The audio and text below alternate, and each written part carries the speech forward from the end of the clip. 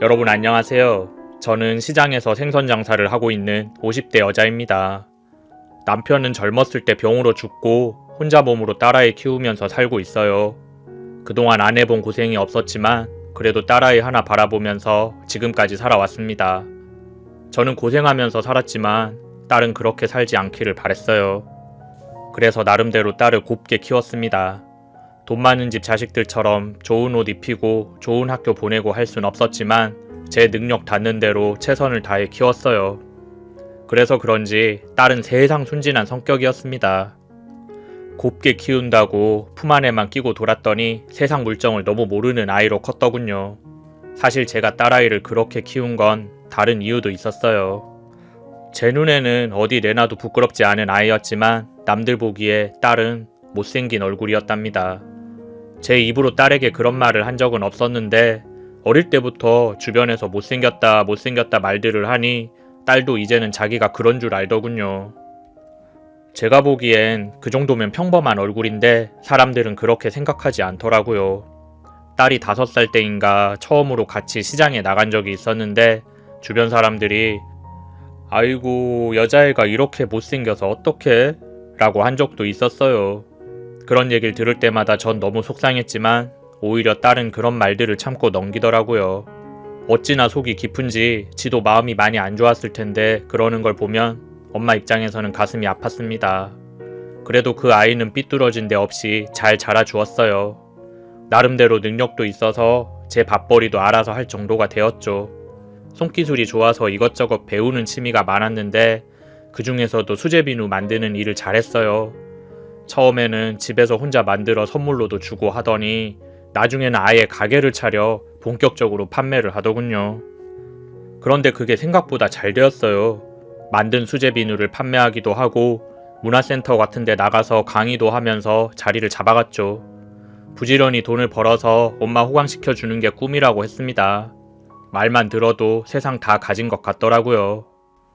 딸은 생긴 게 그래서 그런지 연애나 결혼 생각은 애초에 없었습니다. 이렇게 참하고 좋은 아이인데 사람들이 보는 눈이 없다 싶더군요. 그런데 집신도 짝이 있다고 딸아이의 진가를 알아봐줄 사람이 나타났어요. 어느 날부터인가 딸이 집에 오면 어떤 남자 이야기를 하더군요. 가게와 계약을 하고 있는 택배업체의 배송기사였는데 그 사람 얘기를 자주 하더라고요. 처음에는 그냥 그런 사람이 있다는 정도로만 얘기하더니 나중에는 이런저런 얘기를 다 하더군요. 그 사람 이야기를 하는 딸의 얼굴에는 설레임이 가득했습니다. 그동안 억지로 참고 지내와서 그렇지 딸도 영락없는 20대 아가씨더군요. 자기도 연애 생각을 왜 안 해봤겠어요. 처음으로 먼저 호감을 보여준 남자가 나타나자 딸도 마음의 문이 활짝 열렸던 거죠.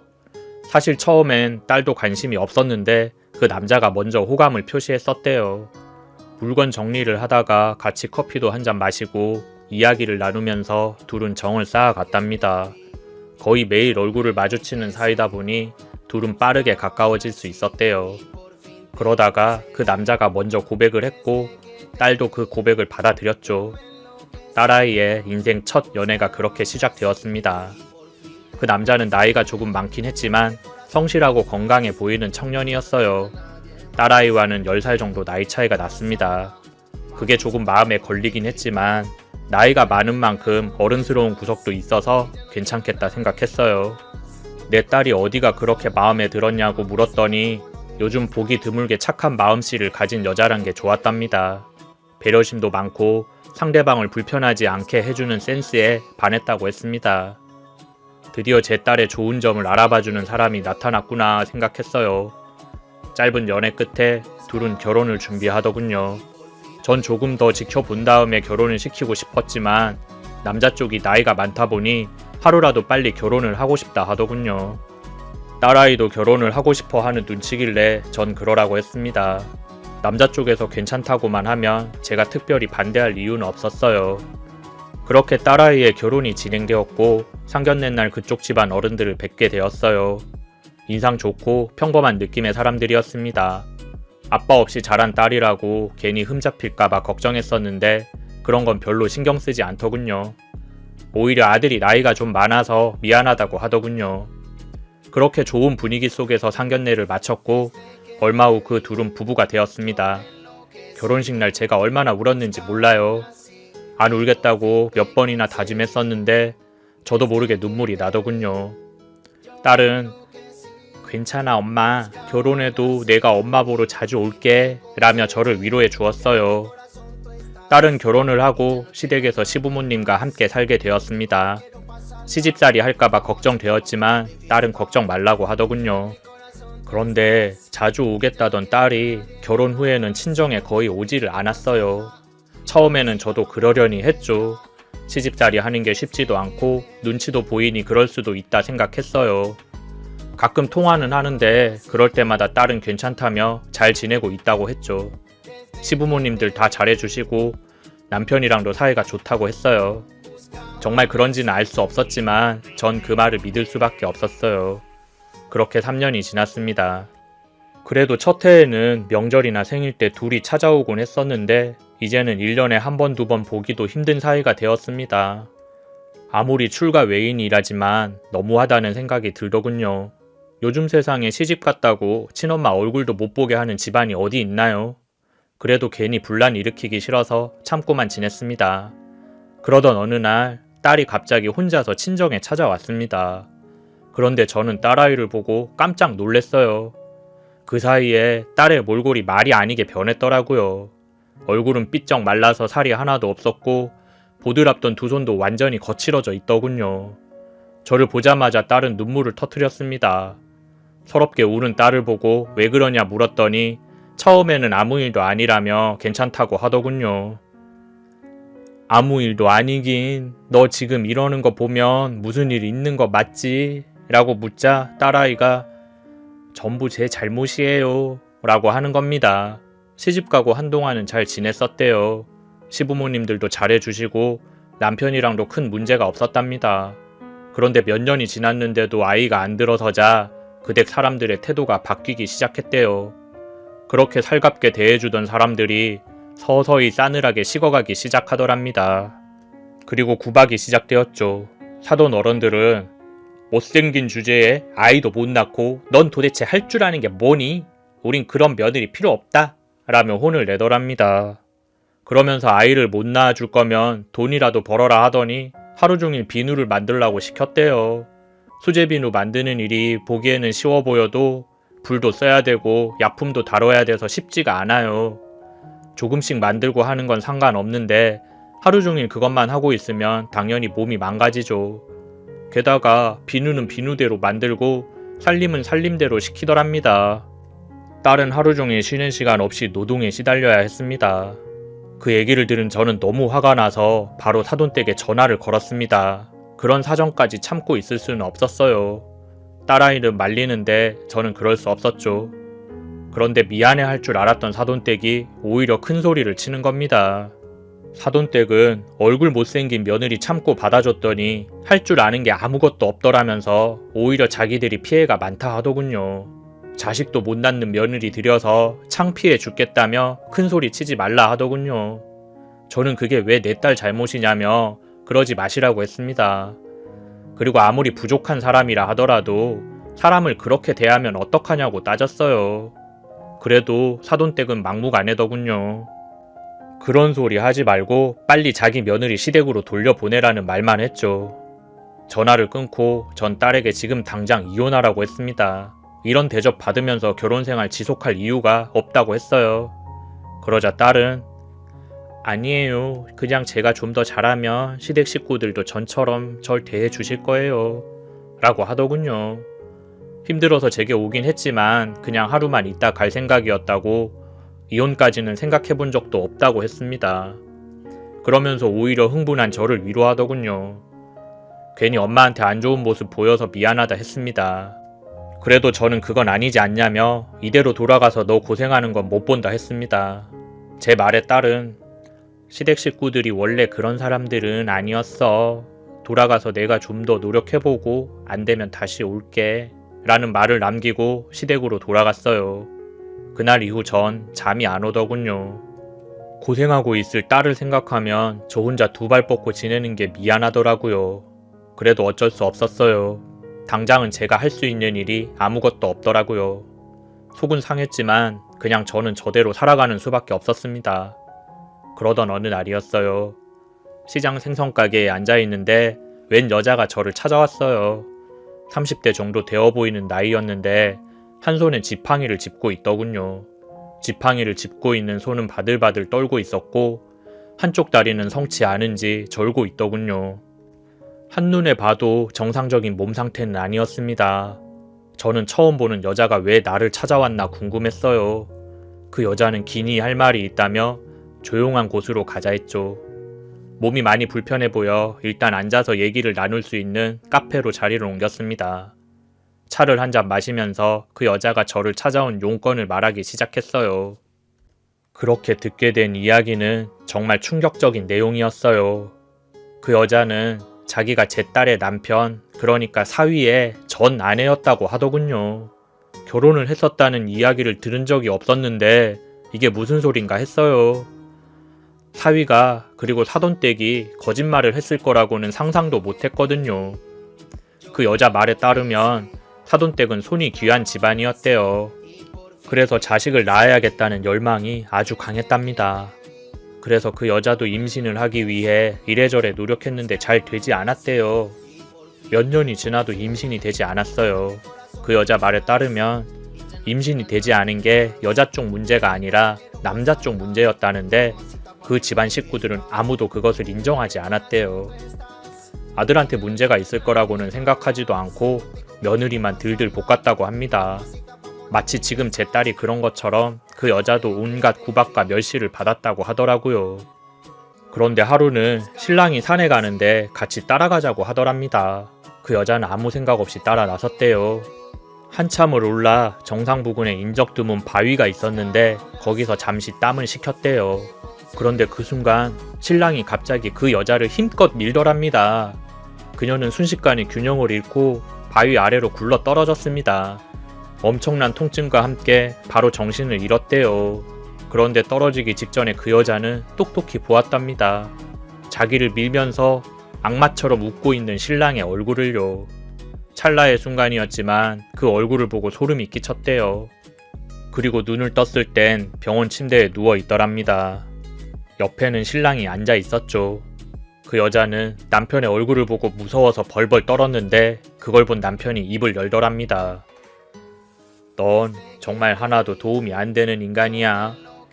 너 죽으면 사망보험금이나 챙기려고 했는데 아주 운이 좋아. 지나가던 사람만 없었어도 죽을 때까지 기다렸다가 신고할 생각이었는데 실패했지 뭐야. 그 말을 들은 그녀는 악에 받쳐 당장 신고할 거라고 했습니다. 그러자 남편은 신고해보라며 신고해도 네 말 믿을 사람 아무도 없을 거라고 했죠. 내가 얼마나 연기를 잘했는데 구조대원들도 그렇고 병원 사람들도 전부 내가 애처가 남편인 줄 알아. 눈물 연기 좀 했더니 사람들이 그렇게 보더라고. 그 얘기에 그녀는 정말 발끝까지 소름이 끼쳤답니다. 한 이불 덮고 자던 신랑이 이런 사람이었을 줄은 꿈에도 몰랐대요. 복수고 보고 그땐 무서운 마음밖에 없었대요. 그래서 몸이 회복되는 대로 도망쳤고 남편에게 이혼을 요구했답니다. 힘들 줄 알았던 이혼은 의외로 쉽게 이루어졌대요. 생각보다는 순순히 이혼에 응해주더래요. 그땐 그 이유를 몰랐는데 지나서 보니 다른 여자를 만나 결혼하려고 그랬나 보다 하더군요. 그 여자의 말대로 이혼하고 얼마 뒤에 바로 제 딸을 만나 결혼을 했더군요. 그 여자도 그냥 잊고 살다가 우연히 전 남편의 결혼 소식을 듣게 되었고 멀리서 몰래 지켜보았대요. 제 딸이 자기랑 똑같은 일을 겪게 될까봐 두려웠답니다. 그렇게 가끔씩 지켜보다 보니 제 딸이 겪고 있는 일들이 남일 같지 않더래요. 마치 시간을 되돌린 것처럼 똑같은 고통을 당하는 제 딸을 그냥 지켜보고만 있을 수 없었답니다. 하지만 딸에게 접근하기는 쉽지 않았고 나름대로 수소문해서 저를 찾아왔다 하더군요. 이야기를 마친 그녀는 아주머니 딸 어떻게 될지 몰라요. 저처럼 끔찍한 일 당하기 전에 빨리 그 악마한테서 벗어나야 해요. 라고 했습니다. 이야기를 다 들은 저는 너무 놀래서 진정이 안 되더군요. 얼마 전에 보았던 딸의 모습이 떠올랐어요. 내가 어떻게 키운 딸인데 그 짐승 같은 놈이 내 딸을 괴롭힐 거라고 생각하니 억장이 무너졌습니다. 하나밖에 없는 딸, 남들처럼 풍족하게 키우지도 못했는데 엄마가 되어서 딸한테 미안한 마음밖에 없더라고요. 체면이고 뭐고 당장 가서 딸을 데려와야겠다는 생각밖에 없었어요. 그 길로 택시를 타고 사돈댁으로 향했습니다. 가는 길에 얼마나 가슴을 졸였는지 몰라요. 제발 딸이 무사히만 있어달라고 믿지도 않는 하느님 부처님 모두에게 기도를 했습니다. 택시를 타고 가는 1시간이 마치 10시간처럼 느껴지더군요. 잠시 후 딸이 사는 사돈댁 앞에 도착한 저는 무작정 문을 두드렸습니다. 그런데 마치 기다렸다는 듯이 현관문이 열리더군요. 그리고 문 안에서 사위와 딸이 함께 나오는데 그 둘의 옷차림을 보고 저는 기함을 했습니다. 바로 등산복 차림이었거든요. 딸은 영문도 모르고 신랑이랑 등산 간다고 들뜬 표정이었어요. 그런데 눈앞에 제가 나타나자 깜짝 놀란 얼굴을 하더군요. 그도 그럴 것이 제 표정이 아주 무서웠거든요. 그런 이야기를 듣고 왔는데 등산복 차림으로 나서는 사위와 딸을 봤으니 저도 제 정신이 아니었죠. 다짜고짜 딸의 손을 잡고 끌어당겼습니다. 한순간이라도 사위 옆에 두고 싶지 않았어요. 그러자 사위가 버럭 화를 내더군요. 장모님, 왜 그러시는 거예요? 저는 사위를 쏘아보며 대답했습니다. 자네 이제 장모라고 부르지도 말게. 이 길로 둘이 이혼하고 이제 다시는 내 딸 근처에도 오지 말어. 그 순간 소란스러운 소리를 들었는지 집안에서 사돈 어른들이 나왔습니다. 문 밖에서 벌어진 상황을 보고 그들도 화를 내더군요. 사돈 어른, 이게 무슨 예의 없는 짓이에요. 자꾸 이러시면 저희도 안 받으려요. 그 말을 듣고 전 기가 찼습니다. 당신들이 내 딸 죽이려고 했잖아. 나도 다 알고 왔어요. 그래서 내 딸 데려가서 다시는 이 집에 못 오게 하려고 왔습니다. 그러자 그 집 사람들이 지금 생사람 잡는 거냐며 증거가 어딨냐고 묻더군요. 증거도 없이 남의 집에 와서 행패를 부린다고 저더러 교양도 예의도 없는 사람이라고 하더군요. 그리고 제 딸은 절대 못 보내준다 했습니다. 저는 속이 타들어갔습니다. 딸도 중간에 껴서 어찌할 줄을 모르더군요. 그런데 바로 그때 구원투수가 등장했습니다. 조금 전 저랑 얘기를 나누던 그 여자가 지팡이를 짚고 나타났거든요. 그 여자를 본 사돈댁 사람들이 깜짝 놀란 표정을 짓더군요. 그것뿐만이 아니었습니다. 그 여자는 양복을 입은 남자와 같이 왔는데 그 남자는 소송을 진행 중인 변호사라고 하더군요. 당신 나 하나로는 부족해서 또 그런 짓 하려고 했지. 내가 그거 막으려고 왔어. 그리고 그동안 내가 당신이랑 당신 식구들 고소하려고 몇 년 동안 준비했어. 증거도 모을 만큼 모았으니 발뺌 못할 거야. 불편한 몸으로 가만히 서 있기도 힘들 텐데 그 여자는 당당한 태도로 할 말 다 하더군요. 사돈댁 식구들은 갑자기 벌어진 상황에 당황해서 아무 말이 없더라고요. 그렇게 그녀와 변호사의 도움으로 저는 무사히 딸을 집으로 데려올 수 있었어요. 그간의 이야기를 전해들은 딸도 깜짝 놀라 가슴을 쓸어내리더군요. 저는 놀란 딸을 달래며 그래도 이만하길 천만다행이라고 지금부터라도 네가 잘 살면 된다고 했습니다. 저희는 바로 이혼 소송을 시작했어요. 전처와 지금의 처가 동시에 진행하는 소송이었죠. 그 여자는 그동안 칼을 갈았는지 정말 많은 증거를 모았더군요. 결정적으로 산에서 그 사건을 목격한 목격자가 있었답니다. 그리고 소송을 진행하다가 알게 되었는데 그 집안 식구들이 크고 작은 보험 사기 전적이 있었대요. 제 딸 앞으로도 엄청난 금액의 생명보험을 들어 놓았더라고요. 하나 둘 증거가 드러나자 재판은 빠르게 진행되었고 내 사위였던 그 남자는 결국 유죄 판결을 받았어요. 제 딸의 이혼 소송도 원만하게 잘 해결되었습니다. 얼마나 다행인지 몰라요. 하마터면 금이야 오기야 키운 딸을 먼저 보낼 뻔했죠. 만약에 그렇게 되었으면 저도 살지 못했을 거예요. 그렇게 길었던 재판이 끝나고 잘못한 사람은 처벌을 받게 되었을 때 우린 그 여자를 다시 만났습니다. 저희에겐 생명의 은인과도 같은 사람이었죠. 만나자마자 두 손 꼭 잡고 고맙다는 인사를 전했어요. 평생 갚아도 못 갚을 은인이라고 생각했습니다. 그 여자도 제 딸 덕분에 용기를 낼 수 있었다고 하더군요. 우리는 서로 고맙다고 했습니다. 지금은 전처럼 딸과 둘이 오붓하게 살고 있어요. 딸은 집으로 돌아와서 몸조리도 하고 한약도 먹고 했더니 건강을 회복했습니다. 그 집에 있을 땐 몸이 너무 힘들어서 제정신이 아니었대요. 그러다 보니 정말로 본인이 잘못한 줄 알고 자책하면서 살았답니다. 요즘 딸은 새로운 취미를 가졌어요. 빵을 굽고 쿠키를 만드는 게 재밌다며 열심히 배우더니 전문가 못지않은 실력을 가지게 되었죠. 뭐든 한번 빠져들면 빨리 배우는 아이였어요. 시장 근처에 작은 가게를 얻어서 제2의 인생을 시작했습니다. 젊어서 그런지 금방 회복해서 힘을 내더군요. 저도 딸아이를 보며 다시 한번 힘을 내기로 했습니다.